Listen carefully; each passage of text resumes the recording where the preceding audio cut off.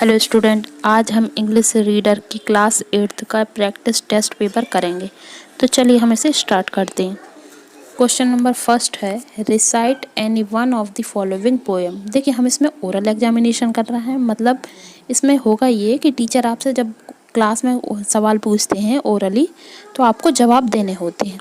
तो इसमें भी ऐसा ही है कि जो हमारा पहला क्वेश्चन है, इसमें लिखा है कि recite any one of the following poem. इसमें दो पोएम लिखी हैं, अनादर चांस और the mister and his gold.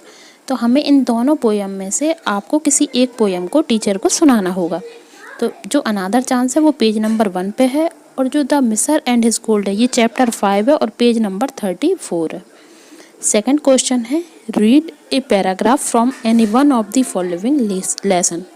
हमें पैराग्राफ भी याद करने होते हैं। आपने जैसे ही आपने क्लास स्टार्ट हुई होगी आपकी 8th क्लास, तब टीचर ने आपको बताया होगा कि जब एग्ज़ाम होंगे तब उसमें कुछ पोर्शन ओरल लिया जाएगा। ओरल में वो कुछ पोयम पूछते हैं या पोयम की कुछ लाइनें पूछते हैं, ऐसे ही पैराग्राफ की भी कुछ लाइनें पूछते हैं। तो इन्होंने दिया है थ्रिल्स ऑफ कान्हा किसली। तो thrills of Kanha Kisli lesson 2 है और पेज नंबर 6 पर है। सेकंड दिया है the ungrateful jeweller. Ungrateful jeweller lesson 3 है और पेज नंबर 15 पर है। सी है ट्रीज अवर सेवियर, ये लेसन 4 का है और पेज नंबर 25 पर है। अब हम क्वेश्चन 3 करते हैं, listen to the word carefully and write. आपको टीचर शब्द बोलती जाएंगी, कुछ इंग्लिश के वर्ड्स बोलेंगे, उन्हें आपको कॉपी में लिखना होगा। जैसे इसमें एग्जांपल दिया है हार्ट, तो आपको कॉपी में इसकी स्पेलिंग लिखनी होगी HEART। फिर जैसे टीचर ने बोला डीप, तो आपको उसकी स्पेलिंग लिखनी होगी DEEP।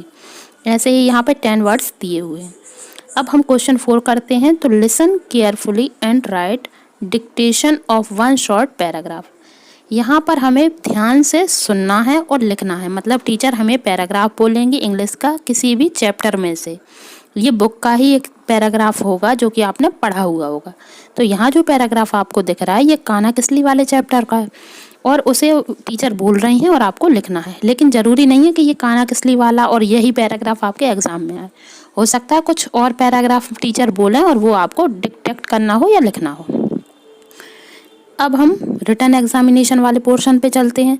इसमें सभी क्वेश्चन आपको करना कंपलसरी रहता है, और जो क्वेश्चन आपको, कुछ क्वेश्चन ऐसे रहते हैं जिनमें पाँच क्वेश्चन दिए रहते हैं लेकिन आपको 4 करने रहते हैं, या 4 क्वेश्चन दिए उसमें से आपको 3 करने हैं। वहाँ पर लिखा जाता है कि कितने क्वेश्चन आपको करने हैं।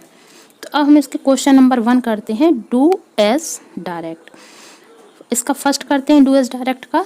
Right words expressing the opposite gender for the words given below. यहाँ पे कुछ शब्द दिए हैं, इनके हमें अपोजिट जेंडर पता करने हैं। अपोजिट जेंडर मतलब होता है कोई भी एक, जैसे इसमें दिया है मैडम, तो मैडम का अपोजिट जेंडर हो जाएगा सर। देखिए मैडम जो है वो लेडीज है और सर रहेंगे जेंट्स, तो ये अपोजिट जेंडर हो गए। जैसे मैन है तो मैन पुरुष रहेंगे, जेंट्स रहेंगे, और वुमेन लेडीज रहेंगे या स्त्रियां रहेंगी। एक्टर भी जेंट्स रहेंगे और एक्ट्रेस लेडीज रहेंगी। अब यहाँ पे हॉर्स दिया है, तो हॉर्स का अपोजिट जेंडर होगा मेयर। मेयर मतलब होगा घोड़ी। सेकेंड है fill in the blank with appropriate article. इसमें हमें ए एन दा का यूज़ करना है। फर्स्ट है आई heard A loud noise, it was an elephant. मैंने एक तेज आवाज़ सुनी, यह आवाज़ एक एलिफेंट या हाथी की थी। सेकेंड है it is the best book available in the market. एक अच्छी बुक है, एक अच्छी किताब है जो कि मार्केट में उपस्थित है या मौजूद है। अब थर्ड है इसका, right the comparative degree of the word given below. यहाँ पर कुछ शब्द दिए गए हैं, उनकी कंपैरेटिव डिग्री बतानी है। कंपैरेटिव मतलब होती है कि किसी से भी हमें कंपैरिजन करना है, तुलना करना। जैसे कोई लंबा है लेकिन उससे लंबा, मान लो रोहन लंबा है और रोहन से लंबा कौन है, विक्रम, तो हम कहेंगे कि विक्रम रोहन से लंबा है, तो हमने तुलना कर दी। ऐसे ही इंग्लिश के शब्दों में भी कई जगह कंपैरेटिव डिग्री का यूज़ होता है। जैसे यहाँ ईजी है तो ईजी का ईजियर, स्मॉल का स्मॉलर, गुड का बेटर और ब्यूटीफुल का मोर ब्यूटीफुल। अब इसका फोर्थ है supply appropriate pronoun to complete the sentence. हमें प्रोनाउन का यूज़ करके सेंटेंस को, वाक्य को पूरा करना है। लुक एट रीना, रीना को देखो। शी इज़ स्टडिंग मतलब वह पढ़ रही है। Mother and father have come to see her, और उसके मम्मी पापा जो हैं वो उसको देखने आए हुए हैं। फिफ्थ है supply correct form of the verb, हमें वर्ब की क्रिया की सही फॉर्म रखनी है, करेक्ट फॉर्म रखनी है। इसका फर्स्ट है Rohit had reached before the doctor came, Rohit doctor के आने से पहले पहुंच चुका था। सेकंड है the robber had run away before the police come, चोर जो हैं वो भाग चुके थे पुलिस के आने से पहले। सिक्स्थ है change the tense and rewrite the following sentence, हमें ये जो सेंटेंस दिया है इसको चेंज करना है और रीराइट करना है, मतलब फिर से चेंज करके उसको लिखना है। इसका है आई लिव इन भोपाल, इसको पास्ट इंडेफिनिट में बदलना है, तो आई लिव का हो जाएगा लिव्ड इन भोपाल। सेकंड है they have done their work, इसे हमें पास्ट परफेक्ट में चेंज करना है, they had did their work. अब क्वेश्चन नंबर 2 है मैच दी फॉलोइंग, हमें मैच करना है जो शब्द दिए हैं उनसे आगे दिए वाले शब्दों से। पहला है एग्जस्टेड, एग्जस्टेड मतलब होता है थका हुआ, तो इसके आगे जो टायर्ड शब्द है उससे इसकी मैचिंग हो जाएगी। टायर्ड मतलब भी थका हुआ, हारा हुआ होता है। ऑर्नामेंट हमने पढ़ा था जब हमने अनग्रेटफुल ज्वेलर पढ़ा था, तो ऑर्नामेंट मतलब आभूषण, तो इसका हो जाएगा ज्वेलरी। थर्ड है अनग्रेटफुल, अनग्रेटफुल मतलब होगा जो कि मतलब उपकार कर, कोई उस पर उपकार करे और वो उसे ना माने, वो होगा अनग्रेटफुल। तो यहाँ पर जो दिया है थैंकलेस, ये इसकी जोड़ी बन जाएगी। अब फोर्थ है रिलीज, तो रिलीज की मैचिंग जो होगी वो होगा टू सेट फ्री, मतलब छोड़ना, आज़ाद करना।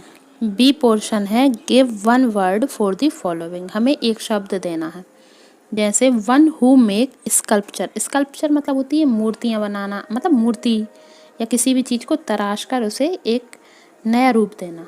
तो जो नया रूप देता है, जो मूर्तियाँ बनाता है, उसे हम मूर्तिकार कहते हैं, तो उसे हम इंग्लिश में स्कल्प्टर कहते हैं। इसकी स्पेलिंग लिखी भी हुई है SCULPTOR। सेकंड है वन हु सेव्स अदर, जो दूसरों को बचाता है उसे हम सेवियर्स कहते हैं। ये हमने चैप्टर पढ़ा भी हुआ है और इसकी मैंने वीडियो भी बनाई है ट्रीज अवर सेवियर्स की, यदि आपको वो चाहिए हो तो आप आई बटन पे से जाके इस वीडियो को देख सकते हैं। अब इसका सी पोर्शन है write the antonym of the following, हमें इनके एंटोनाइम लिखने हैं। एंटोनाइम मतलब होते हैं विपरीत शब्द, जैसे विन, विन मतलब जीतना, तो लूज, लूज मतलब हारना। अगली का ब्यूटीफुल, एंड का बिगनिंग, रॉन्ग का राइट। यहाँ मैंने भी गलत लिख दिया था, WRIT, वो राइट होता है लिखना, जबकि रॉन्ग जो है वो रॉन्ग गलत है, तो इसका सही जो स्पेलिंग होगी वो RIGST होगी। क्वेश्चन नंबर 3 के ए पोर्शन, बी पोर्शन और क्वेश्चन नंबर 4 में हमें क्वेश्चन आंसर लिखना है आपको, तो आप अपनी कॉपी में से देख के क्वेश्चन आंसर लिख सकते हैं। मैं इसमें केवल ग्रामेटिकल पोर्शन या जिन क्वेश्चन के आंसर आपको कॉपी में से नहीं मिल सकते हैं उनके आंसर मैं आपको कराऊंगी। अब यहाँ पर जो 5th है वो है right 4 line of a poem you have read, आपकी अपनी बुक में से जो भी कविता या जो भी पोएम आपने पढ़ी है उसकी हमें 4 लाइनें यहाँ पर लिखनी है। अब क्वेश्चन नंबर 6 है read the following passage carefully, यहाँ पर एक पैसेज दिया है जिसे कि हमें आसानी से और ध्यान से पढ़ना है और उसमें से कुछ क्वेश्चन निकलेंगे, हमें उनके आंसर देना होगा। तो चलिए हम इसे स्टार्ट करते हैं। वन डे, एक दिन, upon the roof of farm house, farm house होते हैं जो कि खेतों पर घर बने होते हैं जिनमें कुछ पशु पक्षी भी रहते हैं और लोग अपनी सुविधा के अनुसार कोई भी जानवर उनमें पाल लेते हैं। तो एक दिन जो फार्म हाउस की छत पर क्या होता है, Henny the hen laid an egg, Henny नाम की एक हैन है, मुर्गी है, वो अपने अंडे रखती है। The egg rolled down through a hole in the roof into room down below, तो वो जो अंडा है वो रोल्ड डाउन होता है, मतलब लुढ़कता है, गिरता है और जाता है कहाँ, छत से कहाँ चला जाता है, रूम में। रूफ मतलब होगा यहाँ पर छत, वो कहाँ चला जाता है, रूम के नीचे। Oh my I hope I have not lose it, और जो वो हैन है, जो वो मुर्गी है जिसका नाम हैनी है, वो कहती है, उसे मतलब बहुत ही दुख होता है और वो कहती है मैं इसे खोना नहीं चाहती। शी सेड, वह कहती है। Henny ran down the step to the room below, और जो हैनी है वो जल्दी से भागती है नीचे कमरे की तरफ। Have you seen my egg asked हैनी, हैनी ने कहा कि क्या आपने मेरा एग देखा है, अंडा देखा। यस आई हैव सेड बिल्ली द गॉट, जो बिल्ली नाम की एक गॉट है, बकरी है, वो कहती है हाँ मैंने आपका अंडा देखा है।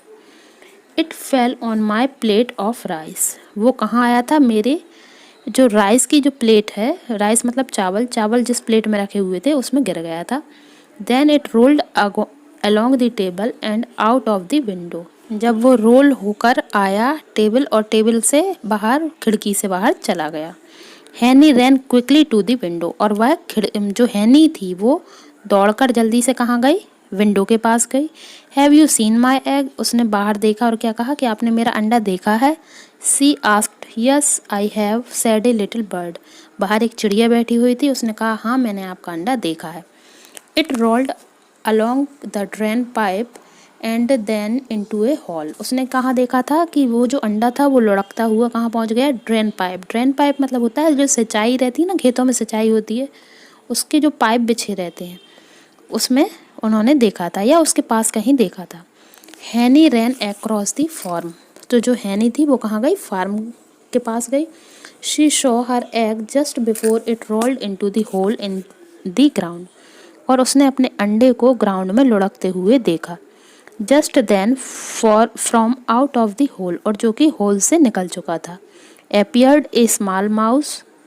हैनी she said I have found your egg, वहाँ पर एक चूहा दिखाई दिया, वहाँ मतलब कहाँ पर, जो खेत था ना उसमें। चूहे ने कहा कि मैंने आपका अंडा ढूंढ निकाला। समथिंग वेरी स्पेशल हैपन, और कुछ अलग ही हुआ है। अलग ही हुआ है मतलब हम कहते हैं ना कि जैसे कोई परेशान हो रहा हो तो हम उसको समझाते हैं कि आप परेशान मत हो, आपको दुखी होने की ज़रूरत नहीं है, इसका कुछ अच्छा ही परिणाम होगा। It's broken and it's in a lot of little pieces, उसने कहा कि ये जो अंडा है ये टूट चुका है और उसके बहुत सारे छोटे छोटे टुकड़े हो गए।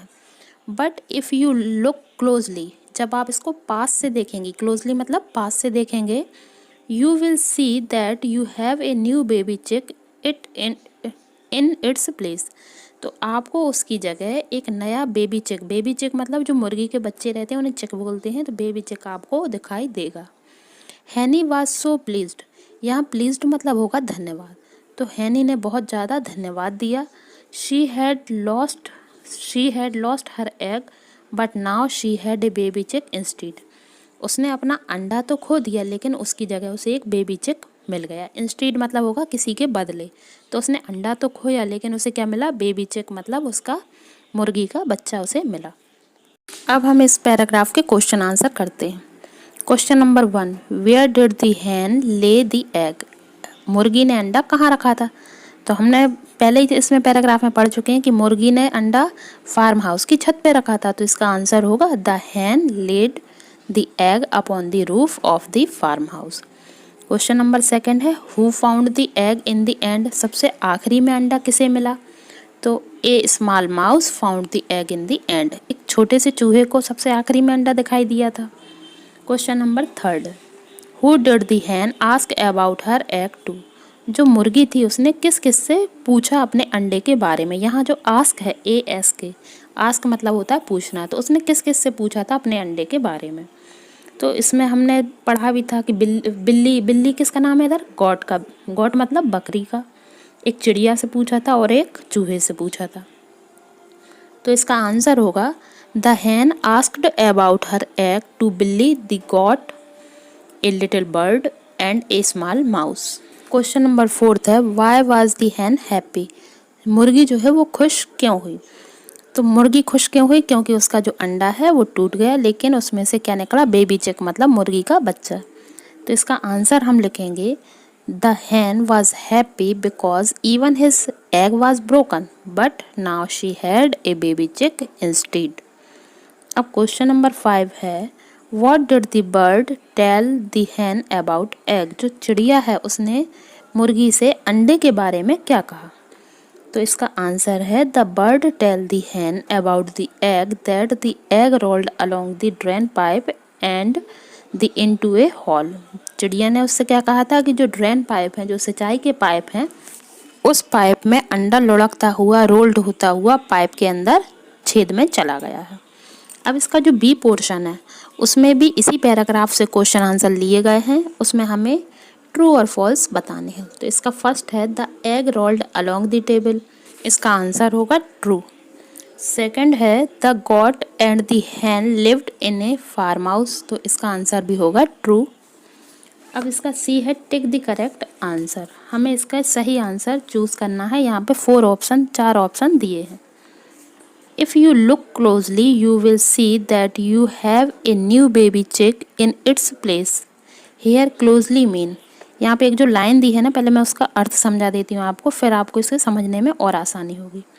कि जब आप पास से देखेंगे तो आपको एक नया बेबी चिक दिखाई देगा। किसकी जगह? अंडे की जगह। तो यहाँ जो क्लोजली है, क्लोजली का मतलब क्या होता है? तो यहाँ पर ऑप्शन में नियरली दिया है, केयरफुली, क्विकली और रैपिडली। तो यहाँ पर जो इसका आंसर होगा वो होगा केयरफुली। केयरफुली मतलब ध्यान से। क्लोजली भी वही होगा, मतलब पास जाकर हम किसी को भी ध्यान से देखते हैं ना, तो वो केयरफुली हो जाता है। अब डी है write the past tense form of the following verb with the help of the story. हमें स्टोरी की मदद से, सहायता से हमें जो वर्ब दी हैं उनके पास्ट टेंस निकालने हैं। तो जो फाल दिया है तो फाल का हो जाएगा फेल, और रन दिया है रन का हो जाएगा रैन। अब क्वेश्चन 7 और 8 में एप्लीकेशन है, लेटर है और ऐसे है। तो यदि आप जिस भी टॉपिक पे आप ज़्यादा कमेंट करेंगे कि एप्लीकेशन चाहिए कि लेटर या ऐसे, जिसके ज़्यादा कमेंट आए मैं उसी पर वीडियो बनाऊंगी। एक बात और कि जिन्होंने भी मेरी वीडियोस को लाइक किया है, उन पर कमेंट किया है या फिर मेरे चैनल को सब्सक्राइब किया है, उन सभी को बहुत बहुत धन्यवाद। आपके सपोर्ट से ही ये चैनल आगे बढ़ा है और आगे जाएगा। Thanks for watching my video.